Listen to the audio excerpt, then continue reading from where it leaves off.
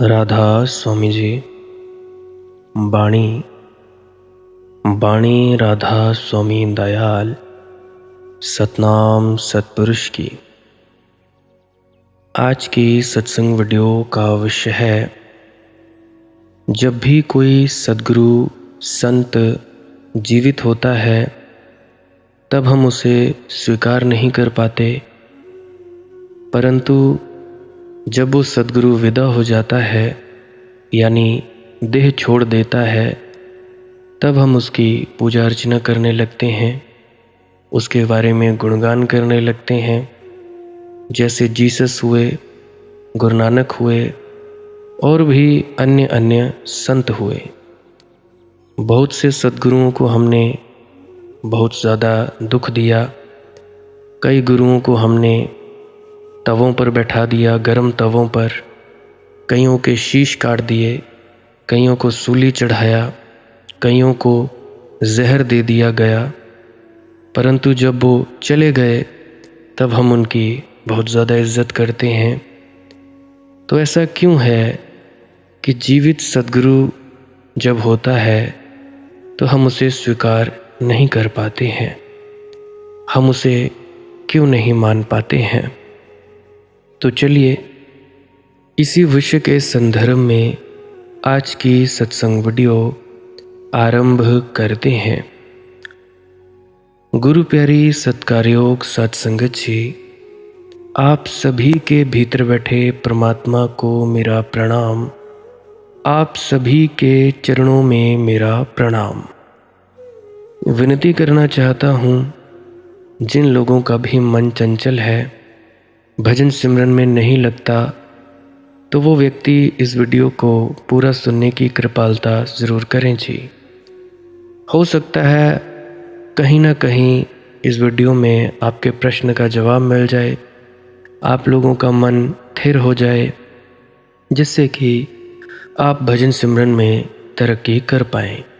बाकी आपकी अपनी मौज है, आपकी अपनी दिली इच्छा है। तो अब मैं अपने मूल विषय की ओर बढ़ने जा रहा हूँ, जो कि है जीवित सद्गुरु। गुरु प्यारी सत्कारयोग सत्संगत जी, जब भी कोई सद्गुरु जीवित होता है तो हम उसे सद्गुरु की तरह स्वीकार नहीं कर पाते हैं। आखिर इसका कारण क्या है? क्योंकि जीवित व्यक्ति जैसे व्यक्ति होने चाहिए वैसा ही होता है। उसे भूख लगती है, वह तुम्हारे जैसा ही भूखा होता है। तुम्हारे जैसी ही उसे प्यास भी लगती है। तुम्हारे जैसा ही बूढ़ा होता है। तुम्हारे जैसा ही एक दिन बीमार भी पड़ता है, उसे दवाई की भी ज़रूरत होती है। सद्गुरु जीवित होगा तो ठीक तुम्हारे जैसा ही होगा ना। और तुम अपने ही जैसे व्यक्ति को कैसे स्वीकार कर सकते हो? तुम इतने दीनहीन हो, तुम इतने आत्मनिंदित हो, तुम इतने अपनी आंखों के सामने गिर गए हो कि तुम अपने ही जैसे व्यक्ति को तो सद्गुरु स्वीकार नहीं कर पाते, कर नहीं सकते। इसलिए मर जाने के बाद जब पुरोहित सद्गुरु को नए नए रंग देता है, झूठे ढंग देता है, व्यर्थ की और काल्पनिक बातों में सजा देता है, केवल तभी तुम स्वीकार करते हो। महावीर की बात मुझे याद आती है। भगवान महावीर जब जिंदा थे तब उनको तुमने स्वीकार नहीं किया। अब तुम करते हो क्योंकि पुरोहित ने 2,500-3 हजार सालों में महावीर को खूब सजा दिया। सांप काटता है तो खून नहीं निकलता, अब दूध निकलता है। मुझे सांप काटेगा तो खून निकलेगा, स्वभावतः खून ही निकलना चाहिए। महावीर को सांप काटता है तो खून नहीं निकलता, दूध निकलता है। मगर इसके लिए 2,500-3 हजार साल पुरोहित को उपाय करना पड़ा। मैं तो जानता हूँ भली भांति महावीर जी को खून ही निकला था। कहीं पैर में काटने से दूध निकला है? सोचो, पैर में से दूध तो सिर्फ 2 कारणों से निकल सकता है। या तो भीतर मवाद हो दूसरा, या दूध जैसी भीतर ग्रंथि हो तो दूध जैसी भीतर मालूम पड़े, मवाद भी दूध जैसी मालूम पड़ती है, सड़ गए हों बिल्कुल भीतर से।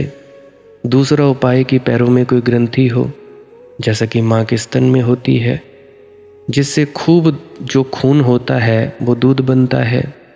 दोनों बातें बेहुदी हैं।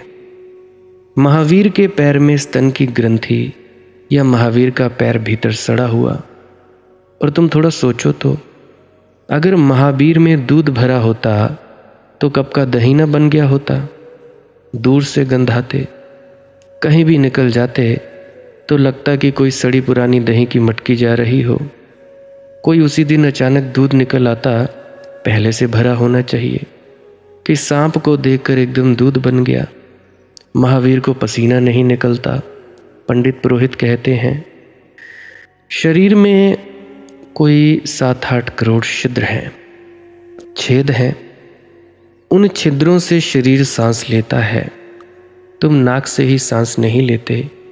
इस भ्रांति में मत रहना कि तुम नाक की ही सांस से जी रहे हो।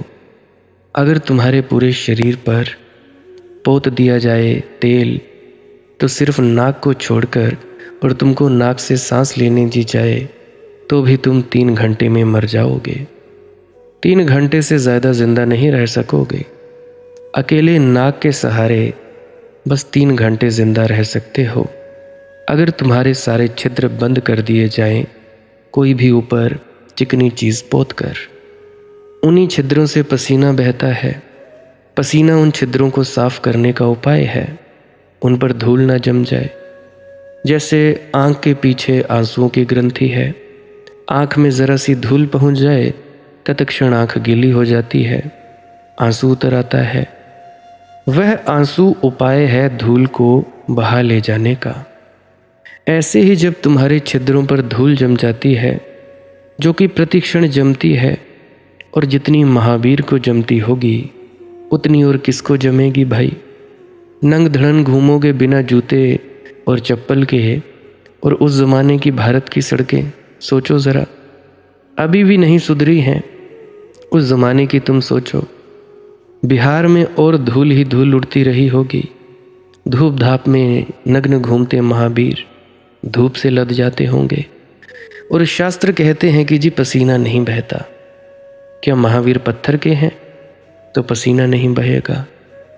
महावीर को तो पसीना बहता है, लेकिन शास्त्रों के महावीर को नहीं बहता। महावीर तो बूढ़े भी होते हैं, बीमार भी होते हैं, मरे ही पेचिश की बीमारी से। अब तुम थोड़ा सोचो, महावीर को और पेचिश की बीमारी, जिसने जीवन भर उपवास किए, उसको और पेट की पेचिश की बीमारी, 6 महीने पेचिश की बीमारी से परेशान रहे और वे शरीर छोड़ गए।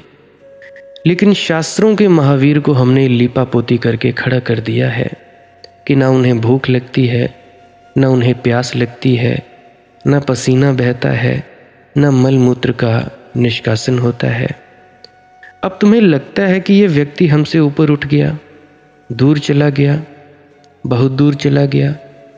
अब इसकी काया साधारण काया ना रही, देवताओं जैसी काया हो गई। ऐसी ही कहानी तुम महात्मा बुद्ध के बाबत कहते हो, ऐसी ही कहानी तुम जीसस के बाबत कहते हो। तुम लोग झूठी कहानियां गढ़ने में कुशल हो। तुम झूठी कहानियों को मानने में भी कुशल हो। झूठी कहानियां पुरोहित की इसलिए मान ली जाती हैं कि एक बात पक्की हो जाती है कि झूठी कहानियों से कि वे तुम्हारे जैसे नहीं थे। तुम तो निंदित हो, तुम तो सड़े गले पापी, वे तुमसे अलग थे। तो जीसस को मानने वालों ने कहानी गढ़ रखी है कि वे कुंवारी मरियम से पैदा हुए।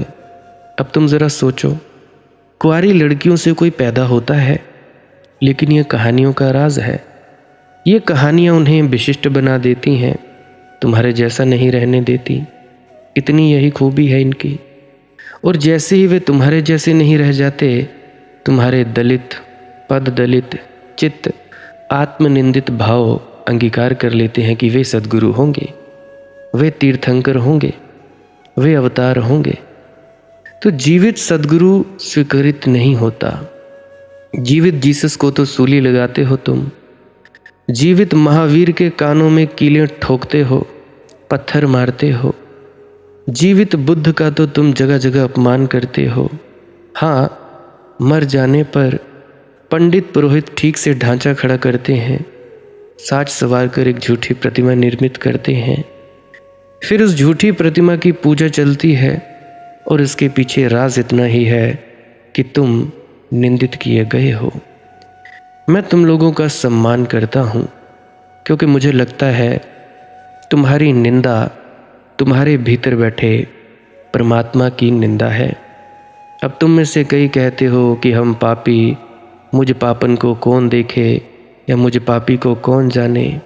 मैं तुम लोगों को ऐसा नहीं कहता और मैं जानता हूँ कर्म जो करेंगे वो शरीर पर आएंगे, परंतु इसका मतलब ये नहीं कि तुम्हारे भीतर जो आत्मा है वो पवित्र नहीं है। तुम्हारी आत्मा है, इस शरीर में बैठी है, सूक्ष्म शरीर में और ये स्थूल शरीर में, देह में बैठी है और एक्सपीरियंस कर रही है। तो तुम्हारी निंदा तुम्हारे भीतर बैठे परमात्मा की निंदा है, ऐसा मुझे लगता है। तो मैं तुमसे ये नहीं कहता कि तुम्हें असाधारण हो जाना है। मैं तुमसे कहता हूँ तुम साधारण हो जाओ तो सब मिल जाए। असाधारण होने की दौड़ अहंकार की दौड़ है। अब सोचो, कौन नहीं असाधारण होना चाहता। मैं तो कहता हूँ उसको नामदानी सज्जन या सत्संगी जो साधारण होने में तृप्त है। अब झीन फकीर कहते हैं, जब भूख लगे तो खा लेना, प्यास लगे तो पी लेना और जब नींद आए तो सो जाना।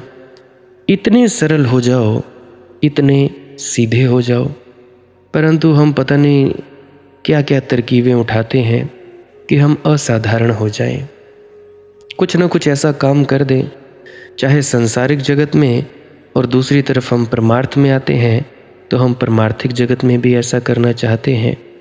दौड़ तो वही रही ना, पकड़ तो वही रही ना, अहंकार की ही दौड़। मैं तुम सभी को दूर के लक्ष्य नहीं देता, मैं तुम लोगों को वही याद करा रहा हूं जो तुम हो। मैं साधारण मनुष्य की भगवत्ता घोषित कर रहा हूं। तुम्हारा चित्त मानने को राजी नहीं होता कि मैं और भगवान, साधारण मनुष्य, मेरे जैसा मनुष्य और भगवान, नहीं नहीं। सदियों सदियों के पुरोहित चिल्ला रहे हैं कि तुम और भगवान, ना ना ना ना ना। तुम नरक में सड़ोगे, तुम कड़ाहों में जलाए जाओगे, पकोड़े तले जाएंगे तुम्हारे। पर मुझे ये समझ नहीं आता, अगर नरक में जाकर पकोड़े तले जाएंगे तो इन पकोड़ों को खाएगा कौन? बड़ी सोचने वाली बात है। मैं कई दफ़ा सोचता रहा, फिर मुझे समझ आया कल्पना के जगत में कुछ भी हो सकता है। वो कहते हैं पंडित पुरोहित, कीड़े मकोड़े पड़ेंगे तुम्हारी देह में।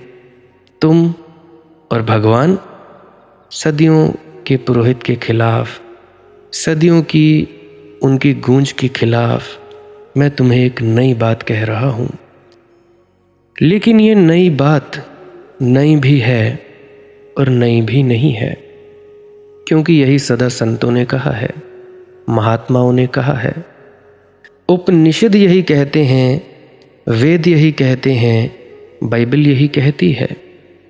सारे शास्त्रों का सार यही है कि परमात्मा तुम्हारे भीतर उतरा है, वही तुम्हारा चैतन्य है, वही तुम्हारे भीतर छिपा बैठा है। ज़रा तलाशो। और तलाश का उपाय क्या है? पहाड़ मत चढ़ने लगना, तीर्थ यात्राओं पर मत निकल जाना, अंतर यात्रा पर जाना। ना काशी, ना काबा, ना कहीं और, ना ये डेरे में ना उस डेरे में, कोई ज़रूरत नहीं। अपने भीतर जाना। बाहर की दौड़ तो बस मन की दौड़ है, यहाँ चले जाएं जी, वहाँ चले जाएंगे, कुछ मिलेगा, बाहर से कुछ नहीं मिलेगा। सब कुछ घर में, बाहर नहीं, बाहर ढूंढे सो भरम भुलाही। अब जब कोई मनुष्य भीतर की यात्रा में संलग्न होता है तो उसे दो तरह की चीज़ें महसूस होती हैं, एक तो पीड़ा और दूसरा आनंद। मगर ये पीड़ा और ये आनंद दोनों एक ही सिक्के के दो पहलू हैं। ये पूरा सिक्का जाने दो, ना तो ये आनंद लो सपने का, ना ये पीड़ा भोगो। मैं कहता हूँ अभी और यहीं तुम परमात्मा हो, जैसे हो बस ऐसे ही परमात्मा हो। रत्ती भर कुछ करने की ज़रूरत नहीं है, परम आत्मा होना तुम्हारा स्वभाव है। इससे अन्यथा तुम होना भी चाहो तो नहीं हो सकते। जब तुम्हारे भीतर भूख लगती है ना, तो परमात्मा को ही भूख लगती है, और जब प्यास लगती है तब परमात्मा को ही प्यास लगती है। तुम्हारी सामान्यता में रचा है पचा है परमात्मा। इसलिए मैं कहता हूँ यहाँ कुछ भी सामान्य नहीं है, क्योंकि सभी सामान्य से सामान्य में परमात्मा की छाया पड़ रही है, उसका निवास है, उसकी उपस्थिति है। मेरा संदेश बहुत सीधा साफ है, शायद इसीलिए कठिन मालूम होता है। अगर मैं तुम्हें रास्ते बताऊं सिर के बल खड़े होने के, आसन व्यायाम करने के, प्राणायाम करने के, उपवास करने के, तो बात कठिन ना मालूम हो? नहीं हो सकती, क्योंकि तुम्हारी सुनी हुई बातों के अनुकूल हो। लेकिन मैं कहता हूँ कि तुम परमात्मा हो ही, ये बड़ी कठिन बात मालूम हो जाती है। इतनी सीधी साधी बात अत्यंत कठिन हो जाती है। सरल और सुगम बात अत्यंत कठिन मालूम होती है, क्योंकि तुम्हारे संस्कार के विपरीत पड़ती है। मगर तुम्हारे संस्कार भ्रम है। मेरे प्रेम में उन संस्कारों को पिघल जाने दो। अगर मेरा प्रेम इतना कर सके कि तुम्हारे संस्कारों को पिघला दे तो पर्याप्त है।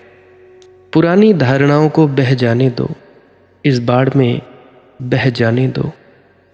आने दो मुझे एक बाढ़ की तरह, ले जाने दो तुम्हारा सारा कूड़ा करकट।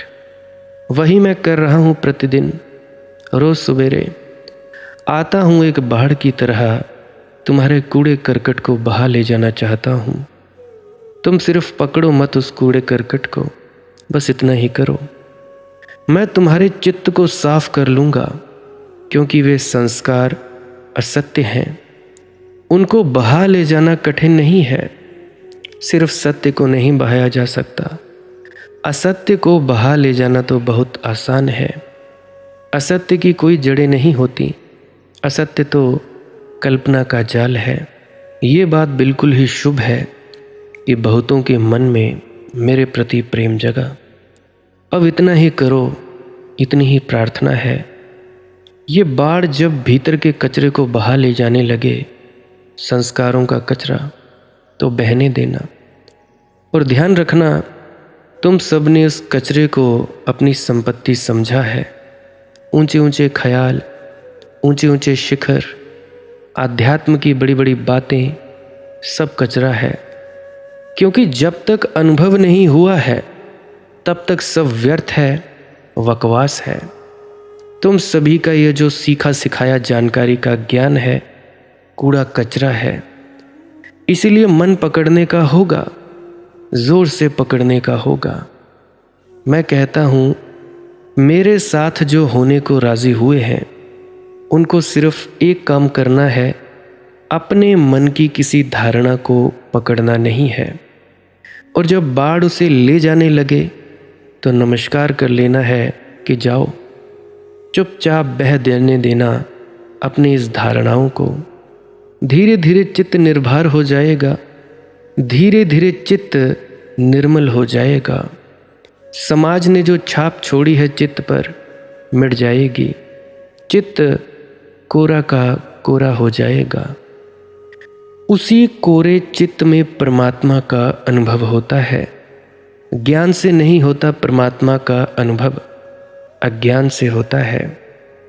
इसलिए शास्त्रों के जानने वाले चूकते रहते हैं। बहुत से मैंने देखे कितनों ने बहुत सी किताबें पढ़ ली, कईयों की पत्नी सत्संगकर्ता बनी हुई है, कईयों का पति। तो किताबें तो होती रहती हैं घर में, तो किताबों को पढ़ पढ़ कर खुद को कहलाते हैं और बोलते हैं कि मैं गुणी ज्ञानी, कि मुझ जैसे गुणी ज्ञानी बहुत सारे साधुओं से मिलना हुआ। अरे भाई, क्या तुम्हारे पास आँख है साधु को पहचानने की? आँख नहीं है, क्योंकि अभी जो शास्त्रों का कचरा है तुम लोगों ने किताबें पढ़ ली हैं, वो साधु को देखने नहीं देती। आँख तुम्हारी अंधी है। अब क्या अंधे की औकात है आँख वाले को पकड़ सके? आँख वाले में ही करुणा होती है कि अंधे व्यक्ति को अपना हाथ पकड़ाए और उसे साथ ले जाने में तत्पर हो जाए। नहीं तो भाई बात मुश्किल है। अंधा कभी आँख वाले को ना तो पहचान सकता है और ना ही उसकी बाँह पकड़ सकता है। केवल आँख वाला व्यक्ति ही अंधे को पकड़ सकता है, रास्ता दिखा सकता है। शर्त बस इतनी ही है कि अंधा चलना चाहे तो, अंधा आँख को प्राप्त करना चाहे तो। अगर अंधा कहे कि मैं तो पहले से ही सुजाखा हूँ, मैं तो पहले से ही जानता हूँ कहाँ जाना है, फिर आँख वाले की इसमें क्या कसूर है? तुम्हारे शास्त्र सब कचरा है, तुम्हारी लिखी पढ़ी गई किताबें सब कचरा हैं।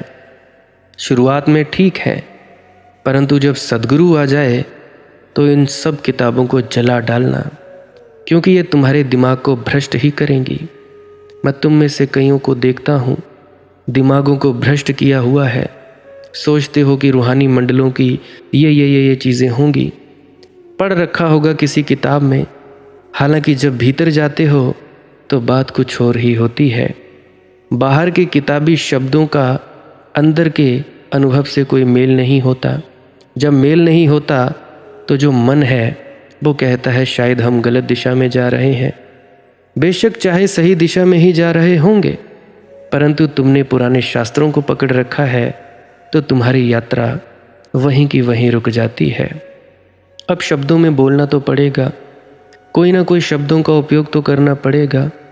जिस समय में कोई संत महात्मा पैदा होता है तो उस समय के अनुकूल कोई भाषा होती है, सामान्य शब्द होते हैं, उनका प्रयोग करना होता है और समझाना होता है। हालांकि बात बिल्कुल अलग होती है। इसीलिए जीवित सद्गुरु जब मिल जाए तो शास्त्रों को छूना भी मत। जो प्रश्न पूछना उससे ही पूछना, पर पूछना वही प्रश्न जो तुम्हें आध्यात्म की दिशा में आगे बढ़ा ले जाए। वो प्रश्न मत पूछना कि ये देख लो हमारी किसने चोरी की, हमारे घर में कोई चोर है या नहीं है, ये बता दीजिए। इस प्रश्नों को पूछकर संत का समय बर्बाद नहीं करना चाहिए। प्रश्न वही पूछो जिस प्रश्न से तुम्हारी आध्यात्मिक उन्नति होती होगी। तो सद्गुरु का फ़ायदा इस तरह से लेना है। नहीं तो वही बात हुई कि तुम हीरे के व्यापारी के पास गए और मोल भाव जूतियों का करते हो। हीरे के व्यापारी के पास हीरे हैं, जूतियों के व्यापारी के पास जूतियां हैं। तो तुम लोग सोचो कि किस व्यक्ति के पास आए हो, किस व्यक्ति से क्या प्रश्न पूछ रहे हो, तब तुम्हें पता लगेगा कि भाई हमारे प्रश्न पूछने में ही दिक्कत है। सामने वाला तो जवाब दे ना दे उसकी मौज। तो इसलिए सामने वाले से प्रश्न पूछना, शास्त्रों में उलझ मत जाना। मैं तुम्हारे शास्त्र छीन लेना चाहता हूँ, तुम्हारा ज्ञान छीन लेना चाहता हूँ। तुम्हें निर्दोष छोटे बच्चे की भांति हो जाने की ज़रूरत है कि फिर आवाक और आश्चर्यचकित तुम तितलियों के पीछे दौड़ सको, तुम फूल बटोर सको, तुम इकट्ठी कर सको छोटे छोटे पत्थर बीच के साइड में। छोटे बच्चों की भांति हो जाना है कि घास की पत्ती पर सरकती हुई ओस की बूंद तुम्हें फिर मोती मालूम होने लगे। कि तुम्हारा मन ये ना कहे, ज्ञानी मन ये ना कहे कि ये क्या है, पानी की बूंद है। कि उड़ती तितलियां तुम्हारे चित्त को ऐसा आकर्षित कर ले जैसे कोहिनूर। और तुम्हारा तथाकथित ज्ञान ये ना कहे इसमें क्या रखा है, तितली है। तुम्हें इस जीवन के रंगों में परमात्मा की पिचकारी का अनुभव होने लगे। ये होली खेली जा रही है। ये इतने रंग वृक्षों के, ये फूलों के, तितलियों के, इंद्रधनुषों के, सुबह सांझ की भिन्न भिन्न भाव भंगिमाएं, एक उत्सव चल रहा है। उस उत्सव को तुम आश्चर्यचकित, विस्मय, विमुग्ध फिर से देख पाओ तो सब हो पाए। ज्ञान जाने दो, ये थोथा झूठा ज्ञान जाने दो। ज्ञान सिर्फ एक ही है, खुद को जान लेना कि मैं कौन हूँ, बाकी सब बातें गौण हैं। खुद को जान लो कि मैं हूँ कौन, बाकी जो शब्द हैं वो अपने आप से ही आ जाते हैं। जितने भी लोगों द्वारा उपनिषद लिखे गए, ऋषियों में वेद लिखे गए, ऋषियों ने ही लिखे, तो उन्होंने उस स्थिति में जाकर लिखे या बोले जिस स्थिति में खुद को जान लिया जाता है। खुद को जाना, फिर परम तत्व परमात्मा को जाना। दो तरह के जानने हैं। एक है खुद को जान लेना कि मैं हूँ कौन, और दूजा परमात्मा में लीन हो जाना, बस उसमें डूबना। जाना तो कभी जाएगा नहीं परमात्मा। अब देखो, बूंद को जान लिया जाए तो समुद्र को कैसे जानोगे? इतना बड़ा समुद्र है। ऐसे ही है परमात्मा का अनुभव होना। ये आग मेरी यूं कजला ना जाती मेरे सीने में, अगर इस आग को भी तापने वाले मिले होते। तुम्हारे जीवन में बड़ी अद्भुत आग लगी है, लेकिन कजला जाती है, काली पड़ जाती है, क्योंकि सत्संग नहीं मिलता, प्रेम नहीं मिलता, किसी सच्चे सद्गुरु का सानिध्य नहीं मिलता। मैं मिल गया तुम्हारी आग को तपाने वाला, कजला जाने की ज़रूरत नहीं है।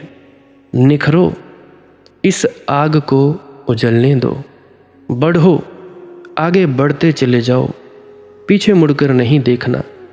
संसार में भी अपना काम धंधा करो, और परमार्थ के लिए तो क्या ही करना है। चुपचाप 1 घंटे के लिए घर में बैठो, कह दो घर वालों से कि भाई 1 घंटा छेड़ना मत, आराम करने बैठा हूँ या बैठी हूँ। काम धंधा है तो करो, उठो, काम करो, वरना बस बैठे रहो कुछ ना करने में, तभी बात बनेगी। क्या यही दरमाने गम था जिसने ए चश्मे करम और भी कुछ दर्दे महरूमी को रुसवा कर दिया। हुस्ने खुदवी को अज़ल से थी किसी की जुस्तजू, जिंदगी ने क्यों मेरी जानिब इशारा कर दिया। हुस्न के रुख पर तो ए मंसूर पर्दा ही रहा, इश्क की मजबूरियों को तूने रुसवा कर दिया। परमात्मा खुद अपना जलवा दिखाने को उत्सुक है, अपना सौंदर्य प्रकट करने को उत्सुक है। हुस्ने खुदवी को अज़ल से थी किसी की जुस्तजू, तुम ही नहीं खोज रहे हो परमात्मा को। परमात्मा भी प्रारंभ से तुम्हें खोज रहा है, चाहता है आओ उसका घूंघट उठाओ, परंतु तुम्हारी दिशा ही गलत हो गई है। शास्त्रों में खोजते हो, डेरों में खोजते हो, सत्संग सेंटरों में खोजते हो, और खोजते हो तीर्थ स्थलों पर। सोचते हो कि मिल जाएगा, दर्शन करने से हो जाएगा काम। दर्शन करने से काम नहीं होता। प्रेरणा मिलती है कि अगर ये जो सामने सद्गुरु बना बैठा व्यक्ति है, ये इतने आनंद को प्राप्त हो सकता है, तो हम क्यों नहीं। ये भी हम जैसा ही था कभी, इसके भी वही 2 पैर, 2 हाथ, 2 कान, नाक, आँख, हम में भी वही है, तो ये हो सकता है तो हम भी हो सकते हैं। सद्गुरु के दर्शन करने से ये फ़ायदा होता है, परंतु शरीरों के पीछे भागोगे तो बड़ी दिक्कत की बात है। शरीरों के पीछे भागना जिसने शुरू किया, भागता ही चला जाता है, भागता ही चला जाता है, और जो असली मकसद था जिंदगी का, उसको गंवाता चला जाता है। हुस्ने खुदवी को अज़ल से थी किसी की जुस्तजू, किसी की तलाश है उसे भी कि कोई प्रेमी मिले। जिंदगी ने क्यों मेरी जानिब इशारा कर दिया। ये सौभाग्य है कि तुम लोगों की जिंदगी में एक इशारा है, मैं यही इशारा कर रहा हूँ। जो मेरे पास है उनसे मैं यही इशारा कर रहा हूँ कि परमात्मा तुम्हें खोज रहा है। तुम किसकी तलाश में जा रहे हो? रुक जाओ, उसे खोज लेने दो। कबीर महाराज जी की वाणी है, पाछे पाछे हरि फिरै कहत कबीर कबीर, के पीछे पीछे परम आत्मा फिरता है। कबीर कबीर फिरता है वो बोलता, हुस्न के रुख पर तो ए मंसूर पर्दा ही रहा, इश्क की मजबूरियों को तूने रुस्वा कर दिया। जान जानकर भी परमात्मा जाना नहीं जा सकता, पा पाकर भी पाने को शेष रह जाता है। हुस्न के रुख पर तो ए मंसूर पर्दा ही रहा, उठाते जाओ घूंघट पर घूंघट और घूंघट हटाते जाओ पर्दों पर पर्दे, रहस्यों पर रहस्यों की पर्दे हैं। परमात्मा का रहस्य अनंत है, इसलिए कभी कोई उसे चुकता नहीं कर पाएगा। क्योंकि जो व्यक्ति पर्दे उठाने लगता है उसकी ज़िंदगी में महोत्सव घटने लगता है। उसकी ज़िंदगी रोज़ रोज़ रस से भरती चली जाती है। बहश्ते दिल ने हिजावाते जहाँ चाक किए, एक पर्दा रुखे जाना से उठाया ना गया। और ऐसे ऐसे लोग हुए हैं जिन्होंने प्रकृति के सारे वस्त्र फाड़ डाले, प्रकृति के सारे रहस्य उघाड़ दिए। बहश्ते दिल ने हिजाबाते जहाँ चाक किए, एक पर्दा रुखे जाना से उठाया ना गया। लेकिन उस प्यारे के मुंह पर जो एक पर्दा था वह भी उठ ना सका। कोई कभी उसे जान नहीं पाता, कोई उसके संबंध में ज्ञानी नहीं हो पाता। हाँ, उसे जी सकते हो, जान नहीं सकते। उसमें डूब सकते हो, उसे अपने में डूब जाने दे सकते हो, लेकिन जानने का कोई उपाय नहीं। क्योंकि जानने के लिए द्वैत चाहिए। जानने वाला और जो जाना जाए, इनके बीच फासला चाहिए। परमात्मा और तुम्हारे बीच कोई फासला है नहीं। वही है जानने वाला, वही है जाना जाने वाला। वही ये खेल रहा है, नाच रहा है। सभी भाव भंगिमाएं उसी की हैं, सभी मुद्राएं उसी की हैं। लेकिन कुछ गलत धारणाएं तुम लोगों को छोड़ देनी पड़ेंगी। परमात्मा कोई असाधारण चीज नहीं है, साधारण से भी साधारण है। परमात्मा कोई दुर्गम और कठिन दूर का शिखर नहीं है। भीतर चेतना की उपस्थिति, तुम लोगों के भीतर जो साक्षी है, दृष्टा 24 घंटे देख रहा है तुम्हारे शरीर को कर्म करते हुए, वही परमात्मा है। परमात्मा को खोजने की फिक्र छोड़ो, परमात्मा को जीना शुरू करो। तुम परमात्मा हो ऐसे जीना शुरू करो। पहले बहुत अड़चन होगी, क्योंकि अब तक मानकर जिए कि मैं पापी हूँ। एकदम से परमात्मा मानकर कैसे जियोगे? मगर मैं कहता हूँ, पापी मानकर इतने दिन जी लिए, मेरी भी सुनो। परिवर्तन के लिए ही सही, इस बात का भी रस लो। परमात्मा मानकर जीना शुरू करो। हालांकि तुम्हारी धारणाएं बाधा डालेंगी, तुम्हारी धारणाएं तुम्हारी जान लिए ले रही हैं, फांसी बनी है। छोटी छोटी बातों में अड़चन आएगी, क्योंकि वे धारणाएं कहेंगी। अगर मैं तुमसे कहता हूँ कि परमात्मा मानकर जीना शुरू करो, तुम कहोगे कि जी ठीक है। चले रास्ते पर एक सुंदर स्त्री दिख गई, मोह पैदा हुआ। अब तुम कहोगे मैं कैसा परमात्मा, बात गड़बड़ हुई। मैं तो चला था परमात्मा मानकर जीने, और ये क्या हो गया? तुम्हारी धारणा बीच में आ गई। और मैं तुमसे कहता हूँ, परमात्मा सौंदर्य पर मोहित है, इसीलिए तो सौंदर्य पैदा करता है। ये तुमसे कहा किसने कि परमात्मा सुंदर के विरोध में है? नहीं तो ये सुंदर फूल कौन रचता है, गंध कौन भरता है, कौन बैठा तूलिका में इनके रंग भरता है, कौन बैठा है, कौन बनाता है ये प्यारे इंद्रधनुष वर्षा के बाद? ये सारी मृग मारीचिकाएं कौन निर्मित करता है? कौन तारों में ज्योति भरता है? कौन चमकती हुई आंखों का निर्माण करता है? ये इतना प्रसाद, इतना लालित्य जगत में कौन भरता है? कौन है वो? परमात्मा सौंदर्य का प्रेमी है। मगर तुम्हें छोटी सी बात आ जाएगी और अड़चन है, क्योंकि तुम्हारे पंडित पुरोहित तुम्हें कहते रहते हैं कि परमात्मा तुम कब हो? जब तुम्हारे भीतर सारे सौंदर्य का भाव मर जाए तब तुम परमात्मा हो। जब तुम बिल्कुल रूखे सूखे ठूंठ रह जाओ, न पत्ती उगे न फूल लगे, तब तुम परमात्मा हो।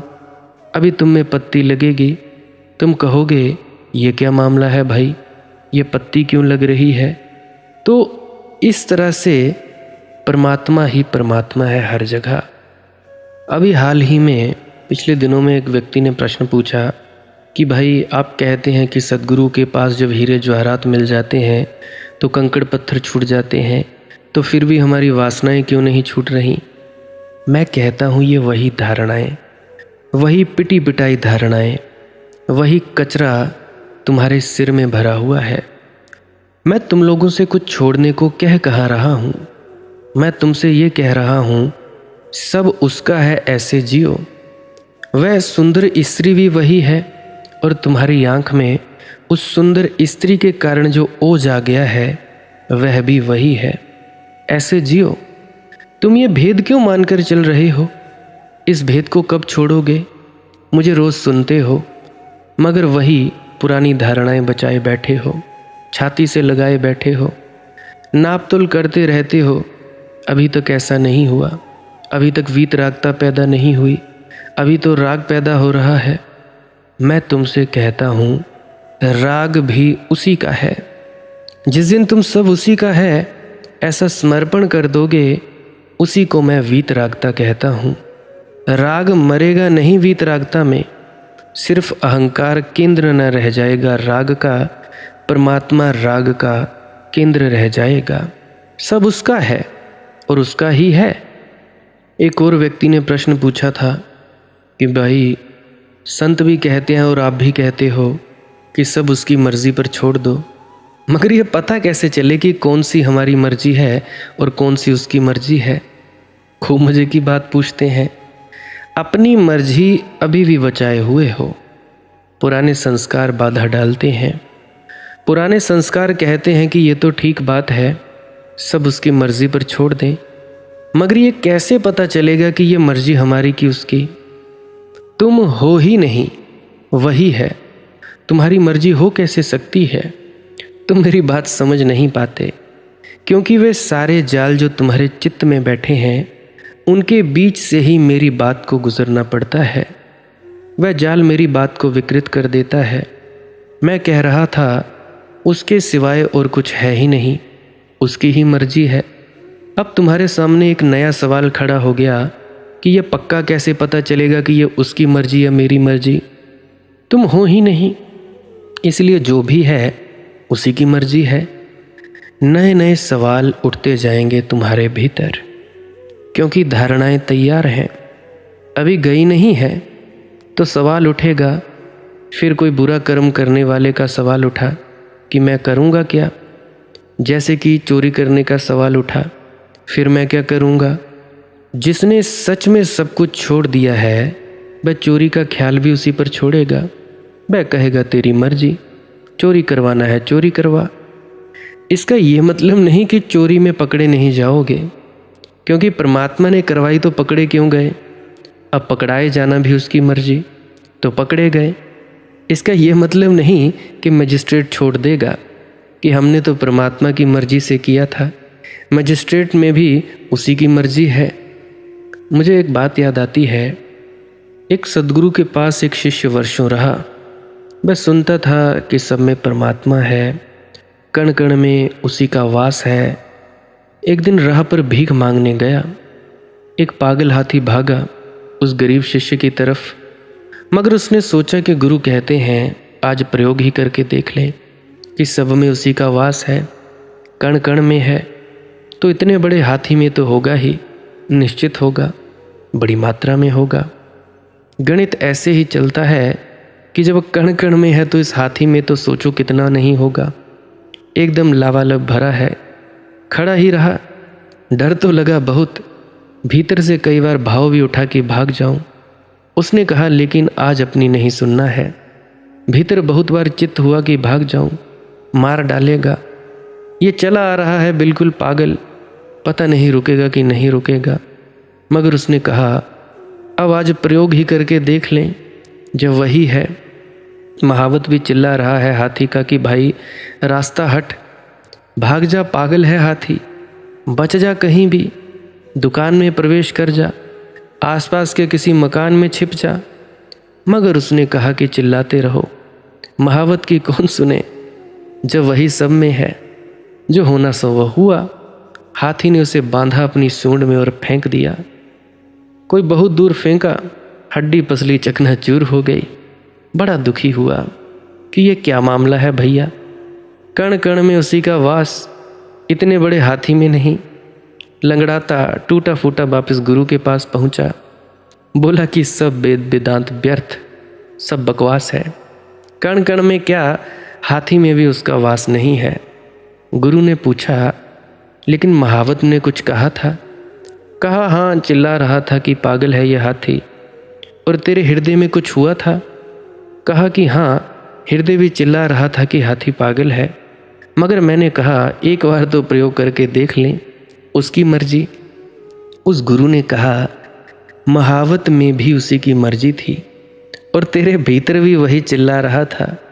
अगर तूने उसकी ही मर्जी सुनी होती तो तू भाग गया होता। तूने उसकी नहीं सुनी और हाथी तुझसे कह नहीं रहा था कि रास्ते पर खड़ा रहे। महावत कह रहा था कि भाग जा, तेरा हृदय कह रहा था कि भाग जा, और हाथी कुछ कह नहीं रहा था। हाथी की तूने सुनी जो कुछ कह ही नहीं रहा था। हाथी कह नहीं रहा था कि भाई खड़े रहो, कहाँ जा रहे हो, ज़रा मुलाकात करनी है, कहाँ जाते हो, हाथ तो मिला लो, राधा स्वामी बुला लो।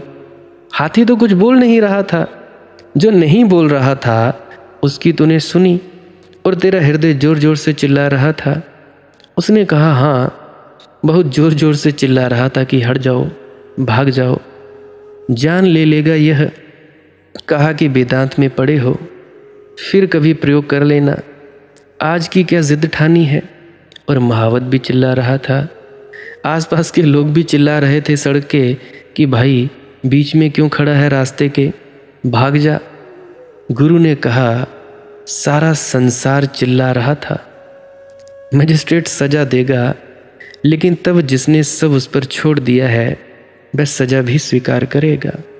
उसी की सजा है, उसी ने चोरी करवाई, उसी ने चोरी की, उसी का धन था जिसकी चोरी की गई, वही मजिस्ट्रेट में है। जिसने सब उस पर छोड़ा, उसका अर्थ ये होता है कि अब मेरी मर्जी जैसी कोई चीज़ है नहीं, अब जो होगा जैसा होगा। ये बड़ी गहन अवस्था की बात है।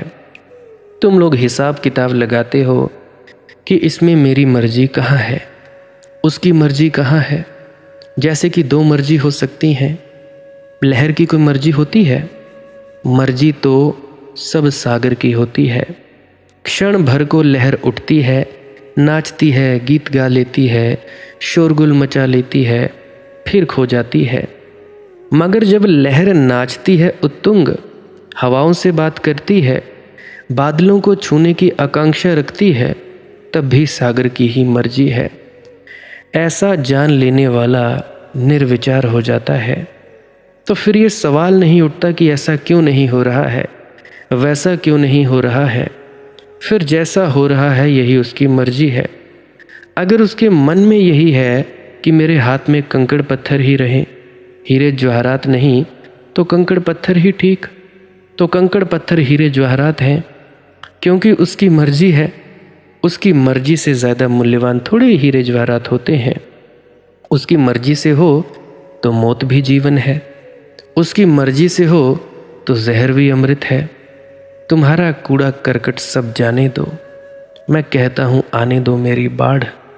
और तुम्हारे भीतर जल्दी ही, जैसे ही समाज के द्वारा दिए गए संस्कार बह जाएंगे, ज्योति जलेगी। बहुतों में जल गई है, जल रही है और जलती रहेगी। एक बार जाने दो व्यर्थ के कूड़े करकट को, और होगी वर्षा बहुत। उसके आनंद के घन घेरेंगे। आएगा आषाढ़ जीवन का, नाचेंगे मोर, जीवन ऊर्जा होगी हरी।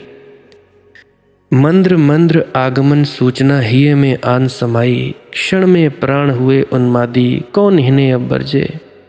होगा खूब उन्मत्त रूप, छाएगी खूब मादकता, बहेगा रस अपार। लेकिन एक बार चित्त के सारे जाल जंजाल को जाने दो। ना कुछ छोटा है, ना कुछ बड़ा है, ना कुछ भला है, ना कुछ बुरा है, एक ही है। इसलिए मैं कहता हूँ, नीति बड़ी छोटी बात है, धर्म बड़ी और भिन्न बात है, बड़ी अलग है। धार्मिक व्यक्ति नीति अनीति के पार होता है। धार्मिक व्यक्ति द्वंद्व के पार होता है, दुई के पार होता है। अभी आप लोग गुरु की मर्जी से नहीं चलते तो परमात्मा की मर्जी से चलने की तो बात बड़ी दूर है। सोचते हो कि ले लिया नामदान, 4-5 सत्संग सुनाए, अमल किया नहीं, पार हो जाओगे। गुरु की बात मानते नहीं। अगर कोई तुम्हारी वजह से तुम्हारे गुरु को गाली निकालता है तो लड़ने मारने के लिए तैयार हो जाते हो। ज़रा सोचो तो, इतना तो दिमाग लगाओ कि गुरु को गाली सामने वाले ने निकाली क्यों निकाली? तुम्हारी वजह से, तुम्हारे आचरण की वजह से। अगर तुम्हारा आचरण सही होता तो वो, मान लो अगर पहले भी गालियाँ निकालता होता तो तुम्हारी वजह से नहीं निकालता। मैंने कई दफ़ा देखा है, बहुत से लोग हैं वो गालियाँ निकालते हैं गुरु को। जब भी मेरे से मिलते हैं हाथ जोड़ देते हैं, कहते हैं कि भाई हमने अक्सर लोगों को देखा है कुछ लोग ऐसे हैं वैसे हैं, ढोंगी हैं, पखंडी हैं, परंतु तुम्हें देखकर ऐसा नहीं लगता। मैं कहता हूँ भाई, मेरे गुरु का जो हुक्म है मैं बस उसी का पालन करता हूँ। पालन करते करते आज आप लोग मेरे हाथ जोड़ रहे हो मेरे सामने, तो ये भी उसी की मौज है। तो सोचो, इस आचरण से, इन सब बातों से, गुरु का हुक्म मानने से गुरु की क्या कोई बेइज्जती करेगा? फिर सभी कहते हैं कि हाँ गुरु तो ठीक है, परंतु उसके पीछे चलने वाले ये चेले चपाटे ये बहुत उद्दंडी हैं, ये बहुत दिक्कत पैदा करते हैं। फिर मैं कहता हूँ हाँ भाई होगा ही। अब एक स्कूल में शिक्षक है, कुछ बच्चे हैं वो अच्छा पढ़ते हैं, कुछ बच्चे हैं वो नहीं पढ़ते हैं, कुछ बच्चे हैं जो जाते ही नहीं स्कूल। तो इसमें शिक्षक की कोई गलती नहीं है, पढ़ाने वाले में कोई भेद नहीं है, कोई खोट नहीं है। पढ़ने वाले में, सीखने वाले में भेद है और खोट है। तो ये है एक नई तरह की प्रेरणा जिसको आप अपने आचरण से दे सकते हो। अगर आपका आचरण ही ठीक नहीं, आप लोगों की बोल बाणी ही ठीक नहीं, रहन सहन ही ठीक नहीं कि गृहस्थ में कैसे रहना है, संसार में बातचीत कैसे रखनी है, तो वो देखेंगे तुमको ढोंगी पखंडी नहीं बोलोगे और क्या बोलेंगे भाई? बिल्कुल बोलेंगे। और तुम सब यही कर रहे हो। तो तुम्हारे गुरु को कोई गालियाँ निकालता है, फिर तुम आग बबूला हो जाते हो। ये नहीं कि खुद को सुधारें, ये नहीं देखते कि गलती हमारी है, गलती हमेशा दूसरे की निकालते हैं। अरे भाई, ये भी तो सोचो कि दूसरे ने वो गाली क्यों निकाली। हर जो घटना घटती है उसका कुछ ना कुछ कारण होता है। अब जैसे ज़मीन गीली हो गई, क्या कारण हो सकता है? या तो बादल से बारिश हुई हो या पानी गिर गया हो, कारण हुआ ना। घटना घटी, कारण। अब बीज बड़ा होता है, कैसे होता है? क्योंकि वहाँ पे बीज पड़ा, भूमि मिली। कारण, कार्य कारण का एक जैसा संबंध है। जो तुम्हारा कर्म है उसका फल अवश्य ही मिलेगा। तुम्हारा जैसा आचरण, तुम्हारी जैसी सोचने की शक्ति, तुम्हारा जैसा वर्ताव, वैसा वैसा तुमको देखकर कोई व्यक्ति बोलेगा। तो इसीलिए भाई थोड़ा विनती है मेरी कि अपने आचरण को भी ठीक करो, गुरु की बातों को अमल में लाओ। अमल में लाओगे तभी फायदा होगा, नहीं अमल में लाओगे तो भाई रहो भ्रम में कि हम मरेंगे तो आएगा कोई जो हमें ले जाएगा। ऐसे नहीं कोई ले जाता भाई, ऐसे कुछ नहीं होता। तुम जितना मर्जी समझाते जाओ, लाख अपने आप को भ्रम में रखो, होगा वही जो होना है। तुम अपनी चाहे बेकार की धारणाओं में रहो, नहीं नहीं जी ऐसा नहीं होता, भाई तुम्हारे सोचने से क्या होता है? तुम धारणा बना लो जी सूरज नहीं निकलता, सूरज का रंग नीला है, तुम्हारे सोचने से थोड़े होगा। सूरज का रंग पीला तो पीला ही रहेगा, जैसे सूरज की रोशनी दिखेगी तो वो दिखेगी। सफ़ेद है, बहुत सारी चीज़ें हैं जो जैसी हैं वैसी की वैसी हैं। तुम्हारी धारणा बना लेने से कुछ नहीं होता। तो भाई ध्यान में डूबा करो, भजन सिमरन किया करो, कुछ न करने में अवश्य बैठा करो। अभी हाल ही में पिछली वीडियो में एक व्यक्ति ने, पता नहीं कौन था, कमेंट किया था कि हमारे सिर के ऊपर कर्जा बहुत है। तो मैं उनको एक सलाह देना चाहूँगा, अगर कर्जा है तो कर्जे को चुकाने का नियमित व्यवस्था कीजिए। दूसरी बात, कुछ ना कुछ दान दीजिए। पशुओं को, जो जानवर हैं, चिड़ियाँ, तोते, उनको देना शुरू करो। गौशाला चले जाओ, उनको दे आओ, चारा दे आओ, दलिया दे आओ। घर में कोई जानवर हैं, कुत्ते हैं, उनको ढंग से रखो। आवारा कुत्ते हैं, उनको खाना दो। कोई भी जानवर है उन पर दया करो। मतलब देते जाओ, पैसा दान देते जाओ, जहाँ भी तुम लोगों का दिल करता है देते जाओ। इससे तुम्हारा कर्ज जो है वो मुक्ति होगी, क्योंकि जितना दोगे उतना ही मिलेगा। प्यार दोगे प्यार मिलेगा, घृणा दोगे घृणा मिलेगी, पैसा दान करोगे पैसा मिलेगा। यही दान की प्रक्रिया थी कि तुम्हारे पास 10 रुपये हैं, 1 रुपया दे दो। वही 1 रुपया जितनी सामने वाले व्यक्ति की ऊर्जा होगी उसी से गुणा होकर तुम्हारे पास चला आएगा। लेने देने का संबंध है, कर्म और फल का विधान है। कर्म किया तुमने, दान किया तो तुम्हारा फल अवश्य मिलेगा। तो दान देना शुरू करो। अमीर होना चाहते हो तो वो भी ऐसे हो सकते हो। 2 नंबर के तरीके तो बहुत हैं। ईमानदारी से भाई ऐसे ही तुम कर्ज मुक्त हो सकते हो। ज़रूरत में जियो और बंदोबस्त करो कर्ज मुक्ति का। मेरे प्रार्थना करने से क्या होगा भाई? अगर मैं तुम लोगों को पूरी तरह से परहेज़ नहीं बताऊंगा, तुम लोग फिर वही दशा में आ जाओगे। अब डॉक्टर है, दवाई देता है, कोई भी दवाई देता है तो कहता है कि भाई ये खाना है, ये नहीं खाना है, ये करना है, ये नहीं करना है। अगर उसके बताए गए परहेज़ को भी अपनाओगे तब तो वो दवाई काम करेगी। अगर नहीं अपनाओगे तो दवाइयाँ खाते रहो, वही के वही रहोगे। तो भाई उसी तरह से जो मैं उपदेश करता हूँ उसको मानना बहुत ही ज़्यादा ज़रूरी है। प्रार्थना की कोई बड़ी बात नहीं है, वो हो जाती है। अब आप लोग अगर न्यूज़ सुनते होगे पुरानी, यूट्यूब पे सर्च कर लेना, बहुत से लोग थे भारत के, फॉरेन के भी थे, जिन्होंने अब जैसे कौन बनेगा करोड़पति जैसे शोज़ थे, करोड़ों रुपया कमाया। परंतु 100 में से बहुत ही कम लोग ऐसे थे जो करोड़पति बने रहे। क्यों? क्योंकि उनको पता ही नहीं, पैसे का संभाल ही नहीं पता।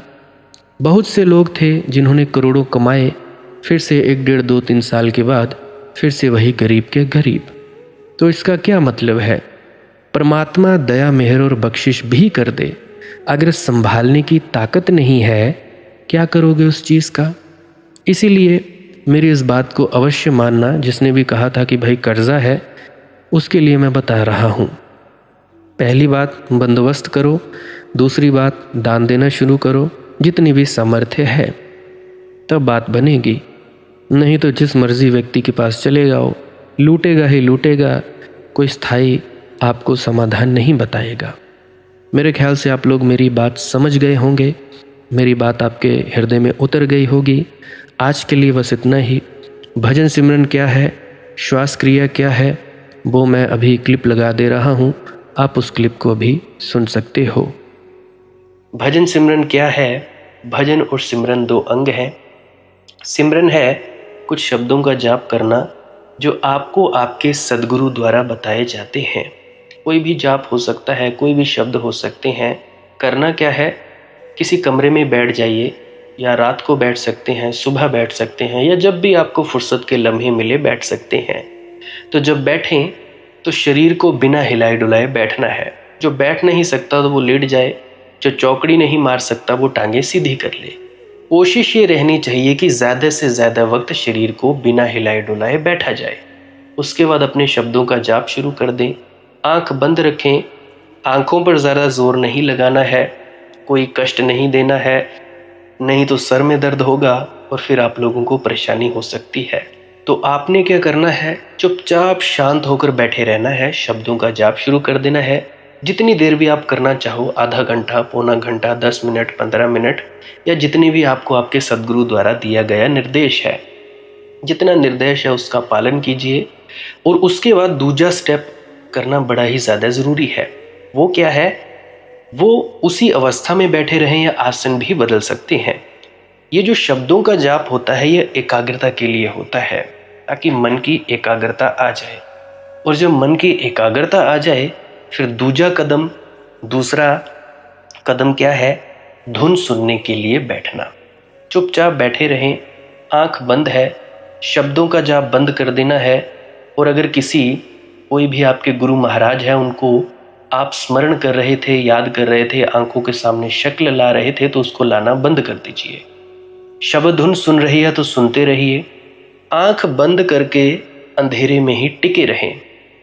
टिके रहना है और ये इच्छा नहीं करनी है कि कुछ दिखे, कहीं पहुंचा जाए, परमात्मा को पाना है, ये करना है, वो करना है।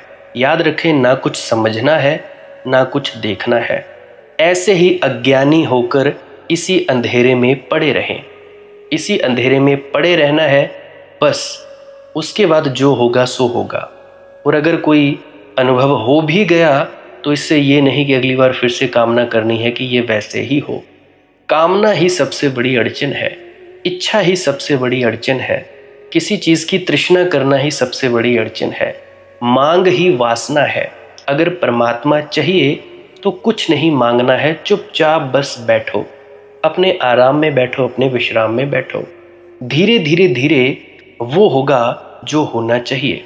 अगर मैं ज़्यादा बोलूँगा तो आप लोग फिर से उसकी कल्पना कर लोगे कि जी ऐसा होता है, खंड ब्रह्मांड ऐसे होते हैं, चांद तारे दिखेंगे, फलाना ढिकाना। तो मैं ऐसा नहीं कहूँगा, मैं बस इतना कहूँगा, जो कुछ दिखता है, कुछ भी दिख जाए, वो मन है, वो माया है।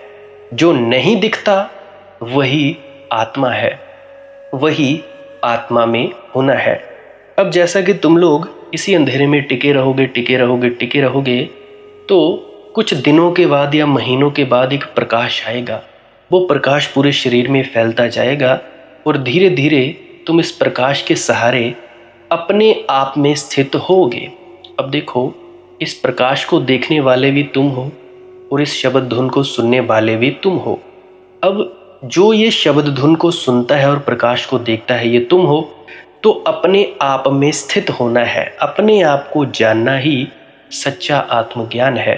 खुद को जानना, खुद को जान लिया, मालिक को फिर जान जाओगे। तो इतनी सी प्रक्रिया है। और आगे आप श्वास क्रिया भी कर सकते हो। ये मुझे बताई गई थी विजय शर्मा जी द्वारा। वो एक उच्च कोटि के संत हैं, तो उन्होंने मुझे बताई, और मेरा फ़र्ज़ बनता है कि आप सभी को बताऊं। वैसे तो मैं रोज़ रोज़ बताता हूँ, फिर भी आज फिर से बता रहा हूँ। श्वास क्रिया क्या है? नाक से सांस लेना है, मुंह से छोड़ना है। लंबा सांस लेना है नाक से और मुंह से छोड़ देना है। 15 मिनट करें, 20 मिनट करें, आधा पौना घंटा, जितनी देर भी आप कर सकते हो करें। करने के बाद करना कुछ नहीं है, चुपचाप आंख बंद करके बैठ जाना है। लेट सकते हो तो लेट सकते हैं, वो आपकी अपनी इच्छा है। नींद आ जाए तो सो जाना है, तो शरीर को कष्ट नहीं देना है। अगर सर घूमे घूमने देना है, अगर आपका शरीर कांपे तो कांपने देना है। उसकी आपने दिक्कत, परेशानी और चिंता नहीं लेनी है, ये सब होता ही है। और मरने से डर लगे तब भी नहीं डरना है, ये होता ही है। क्या कहा मैंने? 15 से 20 मिनट कर सकते हैं, उसके बाद चुपचाप बैठें और अपने भीतर अपने आप उतर जाओगे। ठीक है जी। प्रेग्नेंट लेडीज़ बिल्कुल ना करें, जिनको दिल की बीमारी है या गोलियां वगैरह खाते हैं वो भी बिल्कुल ना करें, और बाकी सब कर सकते हैं। जिनको नींद नहीं आती वो अवश्य करें, और जिनको थोड़ा डिप्रेशन रहता है वो भी अवश्य करें, और जिनके बच्चे थोड़े पढ़ाई में कमज़ोर हैं वो भी ज़रूर करें। बाकी आपकी मौज है, करना हो करिए, नहीं तो आपकी अपनी अपनी इच्छा है। और ध्यान दें, जब सिमरन करें तो उसके बाद सीधा भजन पे बैठें, और जब यह श्वास क्रिया करें तो इसके बाद सीधा भजन के लिए बैठें। अलग अलग प्रक्रियाएं हैं, एकाग्रता के लिए है श्वास क्रिया और एकाग्रता के लिए ही है भजन सिमरन। सिमरन भी एकाग्रता के लिए और श्वास क्रिया भी एकाग्रता के लिए। ठीक है, मिक्स नहीं करना है, अलग अलग करिए। अगर श्वास क्रिया करी तो उसके बाद सीधा धुन सुनने पर बैठें। अगर सिमरन के शब्दों का जाप किया उसके बाद फिर से धुन सुनने पर बैठें। बाकी आपकी अपनी मौज है, जो आपको रुचे वो कर सकते हो। अगर धुन सुनने लगे तो धुन सुनने पर ही डायरेक्ट बैठा जाए, परंतु श्वास क्रिया मत छोड़ना, क्योंकि श्वास क्रिया करने से शारीरिक, मानसिक और आध्यात्मिक लाभ मिलता है। तो बाकी आप कीजिए, आपकी मौज है। और कोई प्रश्न है तो कमेंट सेक्शन में पूछ सकते हैं, या इंस्टाग्राम, टेलीग्राम, फेसबुक पे सर्च करें मालिक की मौज सत्संग, तो वहाँ पे पूछ सकते हैं। प्रश्न पूछने से पहले एक विनती, आप लोग पुरानी सत्संग वीडियोस को अवश्य सुनिए। क्या पता आपके प्रश्नों के जवाब मिल जाए और आप अपने भीतर ध्यान में उतर जाएं। बाकी आपकी अपनी मौज है। लाइक कर सकते हैं इस वीडियो को अगर आपको कुछ सीखने को मिला है, और कमेंट सेक्शन में राधा स्वामी ज़रूर लिखें। सब्सक्राइब कर सकते हैं इस चैनल को अगर रोज़ रोज़ नए नए सत्संग सुनना चाहते हैं। और बाकी आप सत्संग लगा के छोड़ दीजिए, और बस छोड़ दीजिए। सुनते सुनते आप ध्यान में प्रवेश करेंगे या तो आप जी सो जाएंगे। तो आपकी मौज है। बाकी आप लोग अगर शेयर करना चाहो अपने मित्रों तक तो कर सकते हैं, नहीं तो मालिक की मौज है, कोई चक्कर नहीं है। आप मुझे इतने अंत तक सुनते हो, इतने अंत तक सुनने के लिए आपका बहुत बहुत शुक्रिया, बहुत बहुत धन्यवाद। और मुबारक हो आप लोगों ने जो आनंद प्राप्त किया। अब मैं अपने गुरु महाराज को प्रणाम करता हूँ। आप सभी के भीतर बैठे परमात्मा को भी प्रणाम करता हूँ। मेरा प्रणाम स्वीकार करें। राधा स्वामी जी।